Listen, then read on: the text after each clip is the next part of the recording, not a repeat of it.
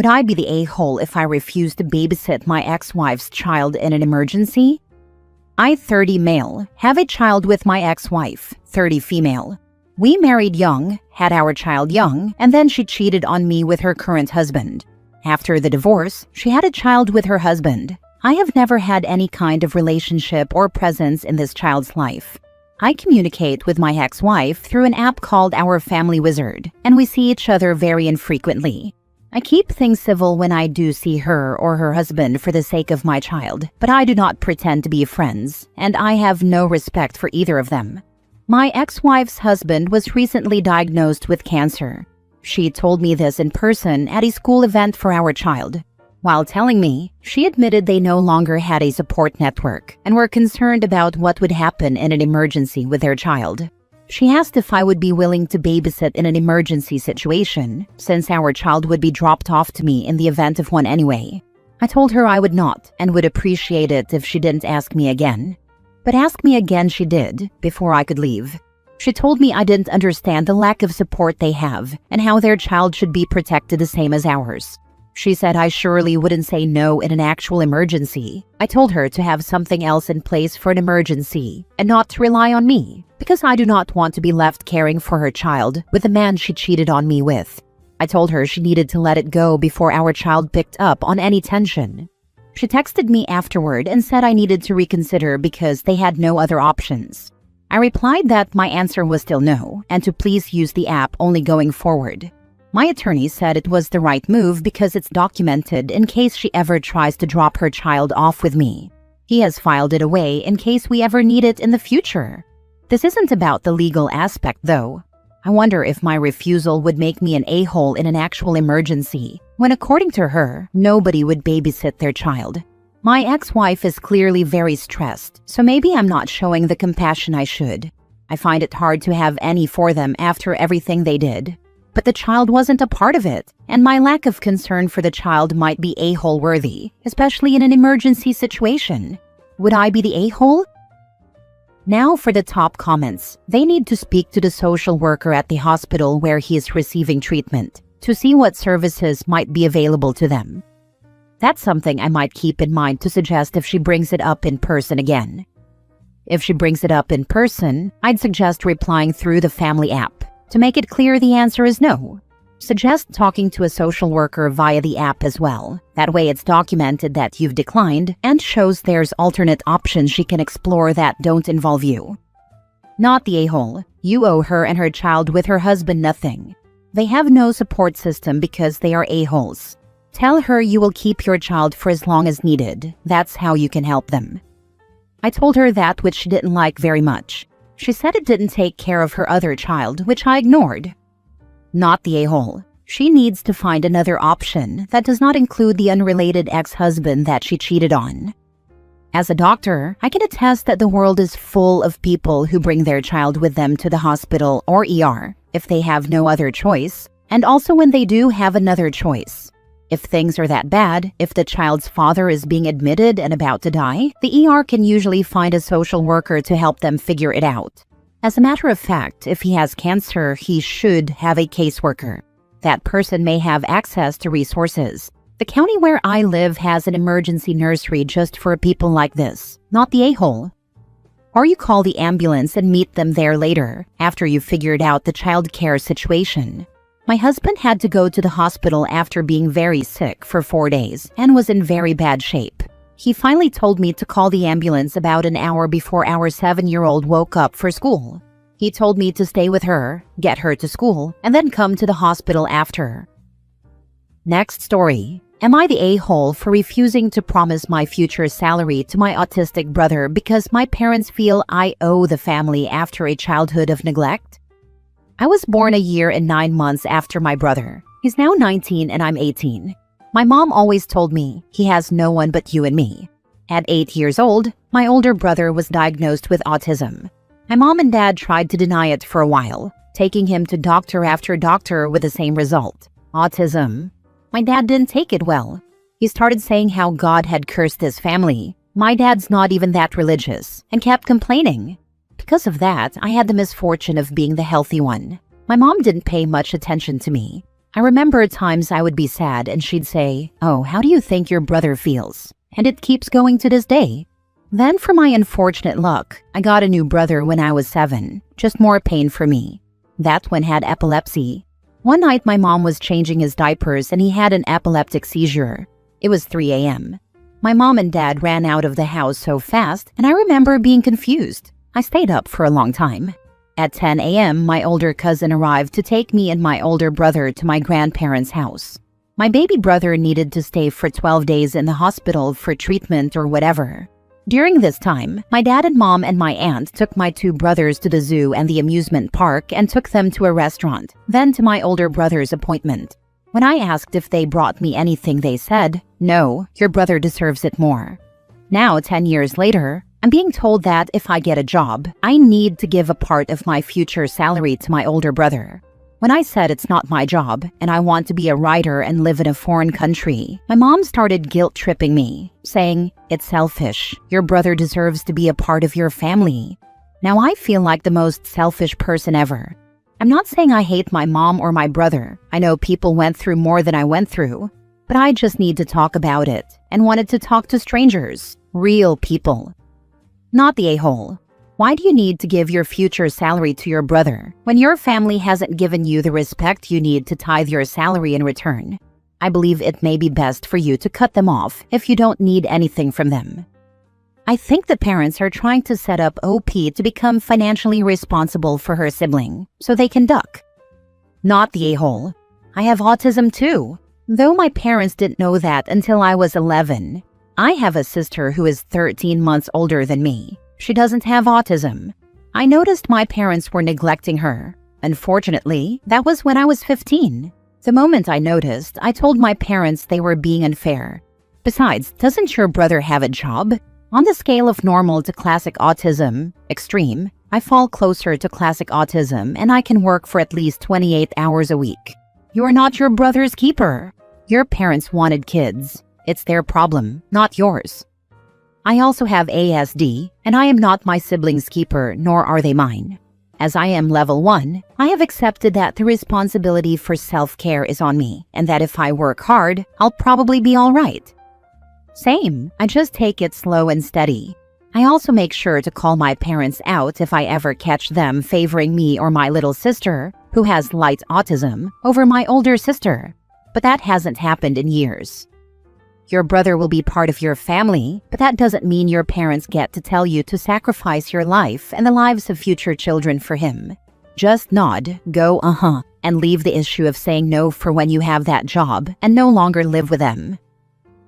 Next story. Am I the a-hole because I won't keep my issues with dad away from his 9-year-old stepdaughter? My mom unalived herself when I 17 was 6. It was just me and dad for years after, and he wasn't a good parent. I couldn't go to him if I had a problem, and he didn't make time for me. Mostly it was babysitters who took care of me and friends' parents if they were willing to let me hang out at their house after school. I tried talking to him and I asked for his time or attention, but he never gave it. And I gave up asking. 3 years ago, he started dating a single mom with a son, now 15, and a daughter, now 9. Her son lived mostly with his dad, so my dad wasn't super involved in his life. But her daughter was with her full-time, and my dad stepped up to be this super involved dad. He takes her for ice cream, helps her with her hair, plays pretend with her, helps her with homework, and all kinds of stuff. They even have specific daddy-daughter activities they do together. When she got really sick last year, he stayed with her in the hospital all 3 days. Her mom was the one who left and went home at night. Him staying with her at the hospital is when I was done. It was the sign that he had grown as a parent, but didn't give a damn about his real kid. I stopped hoping we could figure our relationship out later and started planning to have nothing to do with him ever again. A few months ago, the girl started asking to spend time with me. She wanted me to play with her or do her hair, and she asked if she could come to the store with me. I'd say no and keep doing what I was doing. She didn't give up, though, and I didn't give in. A few times she called me her sister, and I corrected her and moved on. My dad decided to ask me for her because he thought I'd say yes. He said she wanted to have a princess tea party, and he thought I should play with her. I told him to go F himself, and he was like, "What's with the hostility?" I told him he didn't get to play Dad of the Year to someone else's kid and ask me for stuff. His wife was like, "Save the conversation for later," and Dad walked away. But he brought it up several other times, and I always pointed out he wasn't a good dad to me, so why would I be a sister to the kid he decided to play dad to? Every time, his wife got annoyed that her daughter was there and could hear. My dad said he wanted to figure out a way to bring us, me and his stepdaughter, together. So what if we did family therapy and tried to figure things out? That pissed me off even more. I said, so he'd do therapy with me for someone else's kid, but not for me so he could be a dad to me? I asked him why he thought that would make me pretend I'm that girl's sister. I said he just made me want to leave more and more. He said he was trying, and any attempt should be respected. I told him if he has to try for her and not me, then he can go join my mom or stay the heck away from me. His wife lost her mind and told me my issues with Dad are not her daughter's fault, and I need to stop fighting about them when she's there. I told her to control her husband then and get him to leave me alone, and her daughter doesn't need to hear any of it. I heard her complain about me for like an hour after she lost it, and then she complained to Dad about him not letting it go. Am I the a-hole? Not the a-hole. He should probably stop bringing it up when she can hear you then. That's on your dad. He must think that OP will respond differently if she knows the little girl is within earshot. The first time that OP gave him a blunt rejection and paid no mind to who could and couldn't overhear it, he should have realized that tactic is going to fail every time. The fact that he keeps trying to do the same thing that has already failed spectacularly suggests that he's really not interested in anything but getting his own way. He's certainly not interested in learning from his mistakes, any of his mistakes, starting with atoning for the way he ignored his own daughter during her formative years. Stepmom is right about one thing. It truly is not the kid's fault your dad is a POS to you. Stepmom is also wrong about one thing. It is not your fault your dad keeps picking fights with you in front of her kid.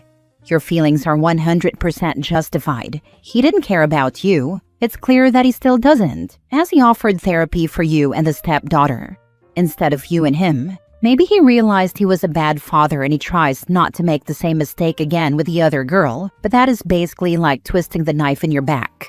You deserve better. Tell your father to leave you alone. Tell him how much he hurt you and that he cannot fix it anymore. Your relationship with him will never be the same, and he cannot force his relationship with his stepdaughter on you either.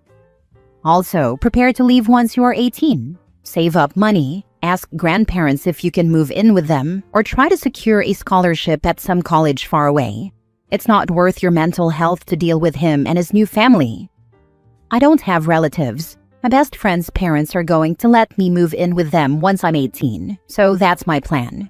They've done more for me than he has, so it felt like a good idea to accept.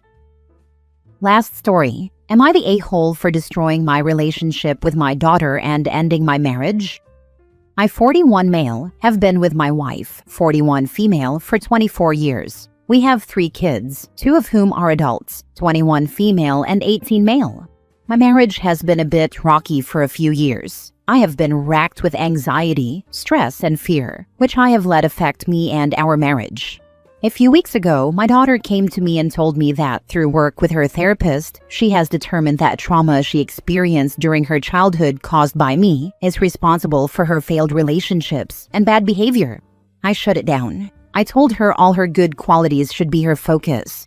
This worsened our relationship, as she said I wasn't listening and continued to double down on me taking accountability.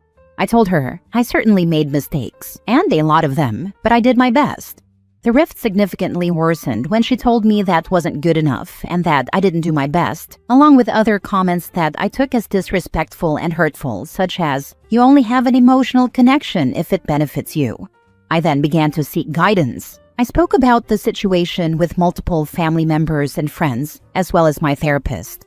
9 out of 10, including my mother and brother, told me she was being disrespectful and that she needs to experience life and gain perspective. I tried multiple olive branches to smooth it over to no avail. Finally, after trying and her refusing to speak to me, I told her my name is on the deed, and implied that if she wouldn't talk to me, then she could get out. This had devastating consequences. My wife immediately told me if I kicked her out, she would divorce me. Several horrible arguments erupted, culminating in my daughter calling the cops on me, trying to have me removed from my home. It didn't work because I was not physical or violent.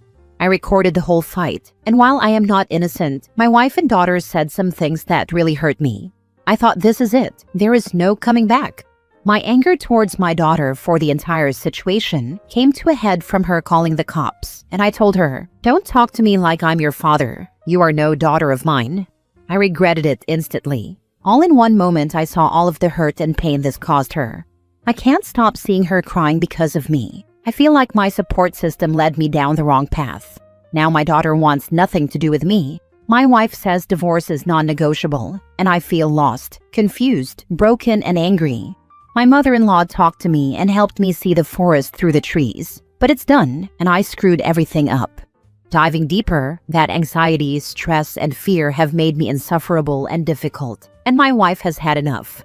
I want to save my family. I love my wife and daughter. I'm an idiot.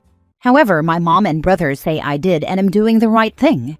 It sure doesn't feel like it. Am I the a-hole?